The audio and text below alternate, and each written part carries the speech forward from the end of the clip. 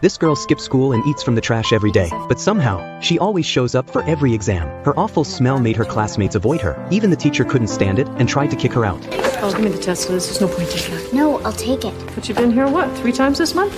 I'll take it. It doesn't look that hard. But seeing how determined she was, the teacher decided to hold off, planning to scold her even harder if she failed. But after school, the teacher's attitude completely changed, because this girl who never came to class actually scored a perfect grade. The teacher was stunned and asked how she did it. She calmly said she reads a lot of books. Most of them were given to her by kind neighbors. The teacher nodded and gave her a pile of clean clothes, told her to take care of her hygiene and come to school every day. Otherwise, she'd be reported to child services. But what the teacher didn't know was that her hygiene wasn't her fault. Her family's bathtub was already full of filthy water, and her parents didn't care at all, because drugs had stolen all their love and responsibility. Her mom was even worse. She was nearly blind from years of drug use, and spent the tiny amount of child support money on partying. So even though both her parents were alive, Liz lived like a homeless orphan. She could only survive by eating garbage. This was the kind of hell she lived in. The only light in her life was a kind neighbor lady. When Liz showed her the perfect test, she gave Liz the praise she'd been longing for. Good.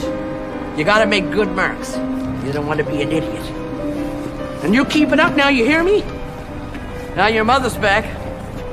Liz ran home with joy. She pulled out her test proudly, but her mom didn't smile. Instead, she looked worried, because she had no gift to reward Liz. And worse, she had just been diagnosed with HIV. For once, her mom snapped out of her fog and felt deep regret. So she decided to take both daughters to live with their grandpa. But Liz just wanted a normal family. She begged her mom to stay, but her mom didn't listen. After she left, Liz's meals became cookies soaked in water. Even that sad routine didn't last long, because she stopped showing up at school, and the teacher really did report her to child services. Her dad tried to dodge the blame. He put it all on Liz, packed his bags, and kicked her out. Just like that, she became a true orphan, even though both parents were still alive. She was sent to a welfare home, where she was forced to do the worst chores, and bullied by other kids during meals. Years passed, teenage Liz finally got out of that place, but she never stopped missing her mom. One day she found courage, and went to her grandpa's house. Just as he was taking out the trash, her mom came out too. 7 years later, they hugged each other tight. They walked the familiar streets, trying to remember what love felt like. For a while, all the pain seemed to fade. Eventually, with her mom's help, Liz transferred to a new school. Here no one mocked her or turned away. 7 years in the welfare home taught her to bathe and dress herself, and also showed her the darkest side of people. During roll call, the teacher called her Elizabeth, but Liz begged them not to, because that's what her mom called her when she lost her mind. Chris was touched by that, because he had a rough childhood too. Naturally, they became best friends. Chris was Liz's very first friend. They even threw a secret holiday party at Liz's grandpa's house. But as they were having fun, Liz's sick mother staggered into the room. She threw up everywhere, and started yelling horrible things. Everyone ran away,